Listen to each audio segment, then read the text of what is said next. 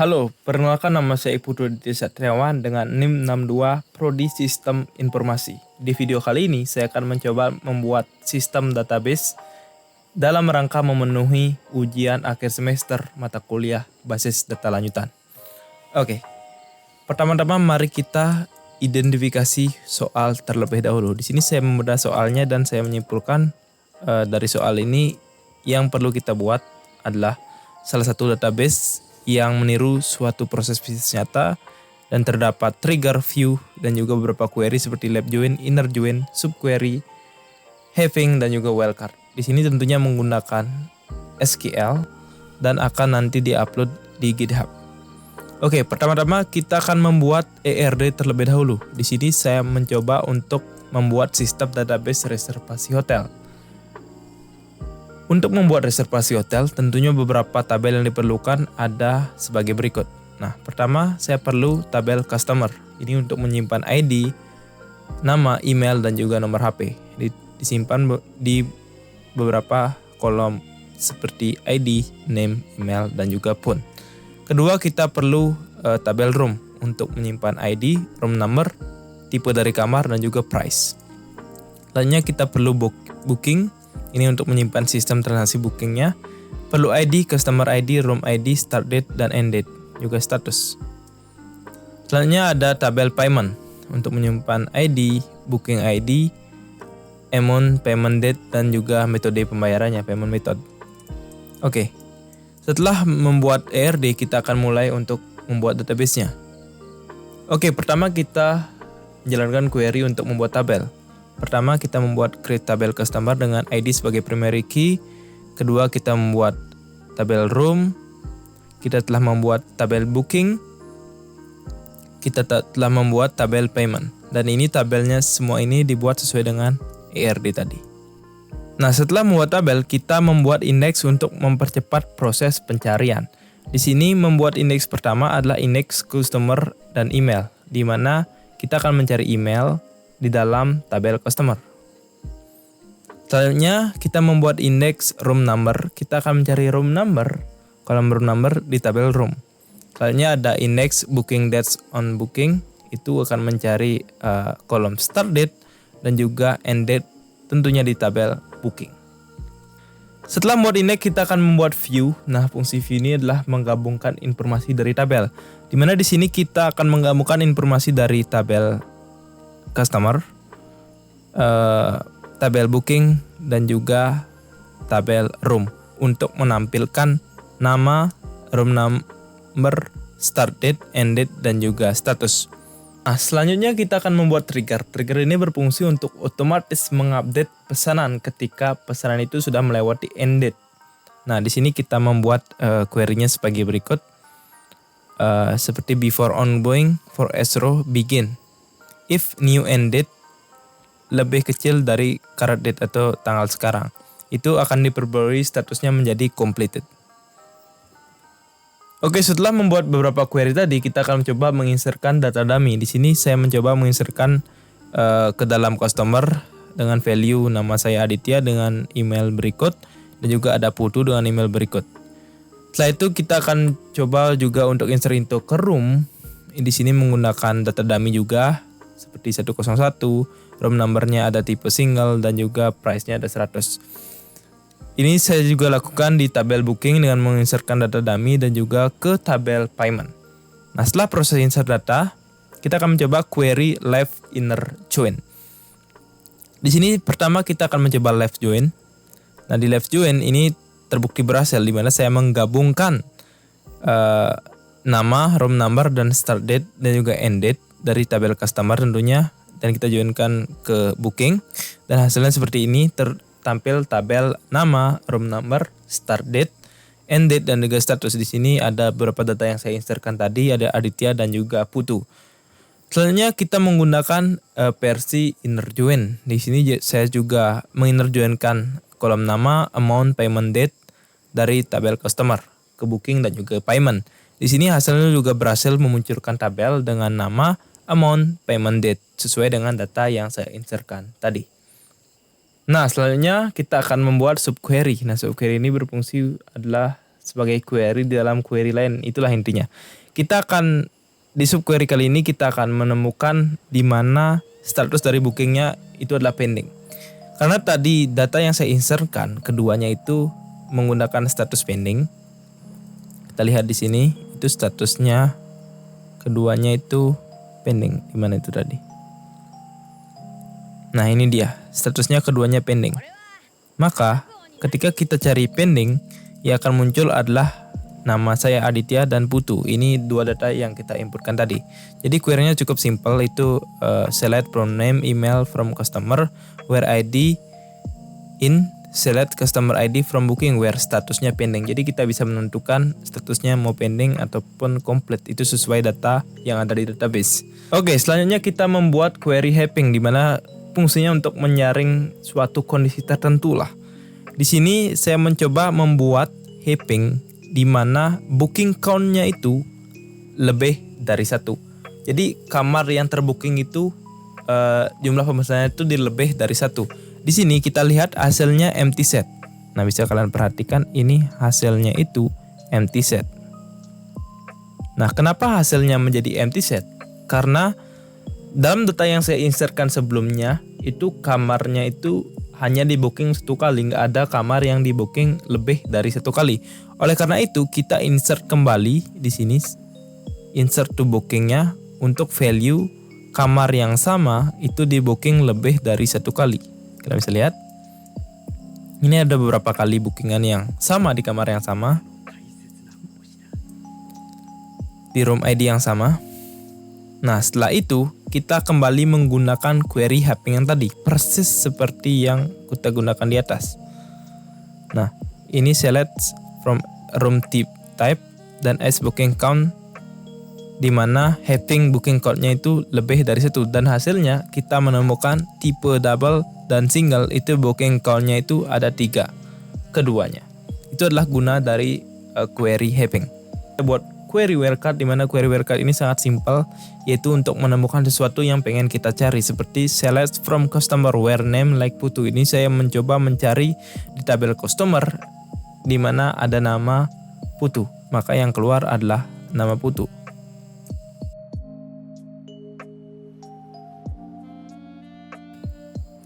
Oke, itu tadi query untuk membuat database-nya. Sekarang kita akan melakukan backup dengan metode dump. Nah, untuk melakukan backup ini kita sama di CMD, kita aktifkan dulu MySQL-nya, start di XMPP. Habis itu kita change directory dulu ke C XMPP MySQL bin. Nah, tadi kan database-nya sudah kita buat. Untuk melakukan backup sebenarnya kita bisa langsung melakukan query-nya dari sini dengan cara mengetikkan MySQL dump menu root min p terus nama database kita akan buat tadi db reservasi hotel. Nah, habis itu tanda panah kanan kita buat nama database backupnya, misalnya db backup reservasi hotel. Jangan lupa di bagian akhir kita tambahkan .sql. Nah, jadi seperti ini query untuk backup dump-nya. Nah, sekarang kita disuruh untuk masukkan passwordnya. Pastikan kalian tahu password dari MySQL kalian. Nah, ini sudah berhasil. Nah, untuk melihatnya kita bisa gunakan perintah dir. Kita lihat di sini apakah sudah ada backupan kita tadi.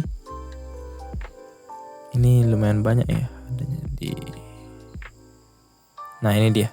Pada pukul 21.28 tadi kita sudah berhasil membuat backupan untuk db backup reservasi hotel.sql. Setelah kita berhasil membuat database backupnya, ketika suatu saat database utama kita error atau hilang, kita bisa menggunakan backupnya dengan query seperti berikut.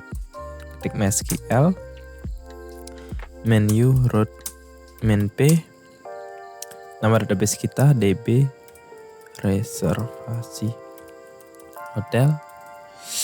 Sekarang kita gunakan tanda panah terbalik ke kiri dan gunakan nama backup tadi. Hotel.sql. Nah, seperti itu, nanti di enter maka sudah akan bisa.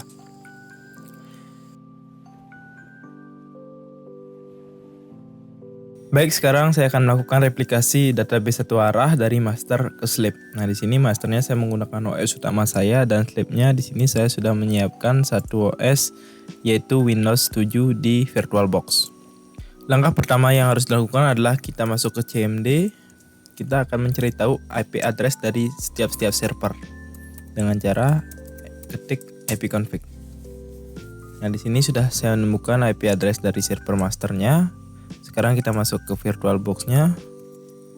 Kita lihat IP address dari server slipnya. Nah, ini juga sudah ditemukan. Ini harus dicatat baik-baik karena nanti akan digunakan. Selanjutnya kita pastikan bahwa Windows Defender Firewall sudah nonaktif. Oke, setelah Windows Defender dinonaktifkan, kita membuka SAMPP Control Panel terlebih dahulu. Kita aktifkan MySQL. Setelah itu kita kembali ke CMD, lalu kita pindah direktori dulu ke C XAMPP MySQL bin.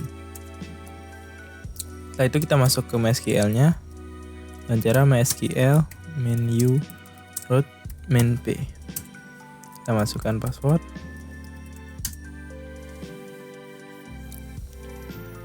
Oke, setelah masuk ke MySQL, kita sekarang akan melakukan konfigurasi untuk replikasinya. Di sini kita menggunakan query grant replication slave on bintang to. Nah, di sini kita coba buat untuk nama username-nya master add. Nah, di sini kita akan mencoba memakai ipconfig dari slip kita, di mana tadi kita lihat ipconfig-nya adalah 10.02.2. 10.02.15, sorry. Kita masukkan 10.0.2.15. Di situ tanda petik. Kita set passwordnya dengan cara identified by. Nah, kita set passwordnya jadi master juga. Itu titik koma. Oke, setelah sukses kita langsung ke show master status. Oke, di sini sudah ada master statusnya yang perlu diingat. Selanjutnya kita setup di server slip kita. Ini kita minimize dulu. Ini juga. Nah, di server slip pastikan kita juga sudah menonaktifkan Windows Firewall.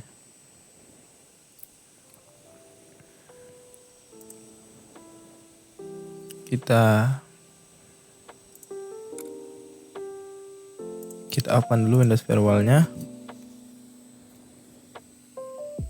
Jadi kita tekan OK.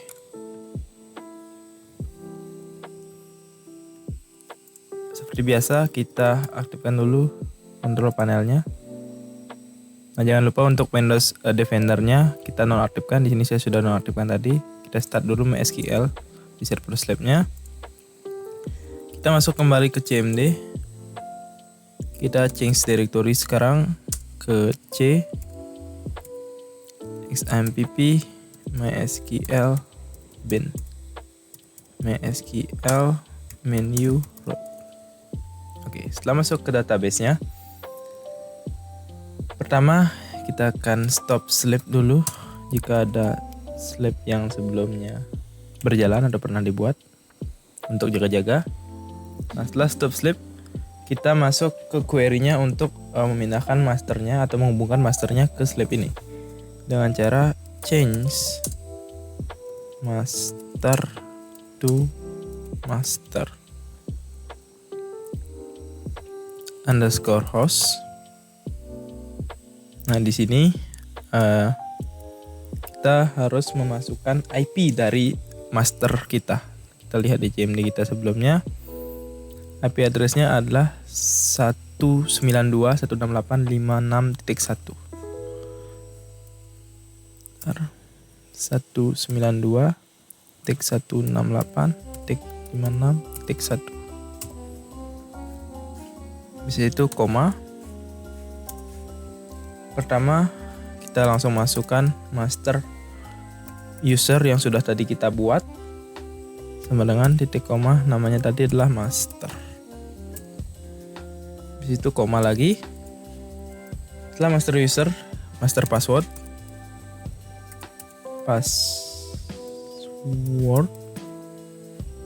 Tentunya sama tadi kita buat master. Setelah itu kita masukkan master log file sama dengan di koma. Nah, master log file ini adalah yang ada di CMD tadi. Master log file ini adalah ini, MySQL min-bin. Nah, untuk master log file ini adalah yang ada di CMD tadi. Ini di bawah. Kita masukkan MySQL min-bin dot 123480552. Jadi ada 50 sini. Setelah itu titik koma lagi, kita enter. Di sini kita masukkan master log post. Master log postnya ini adalah 540 sesuai di server masternya. Ini tidak perlu tanda petik, langsung titik koma. Oke, kita coba, mudah-mudahan berhasil dan berhasil. Nah, di sini sudah terkonek ya, sudah teraplikasi untuk database dari master ke slipnya.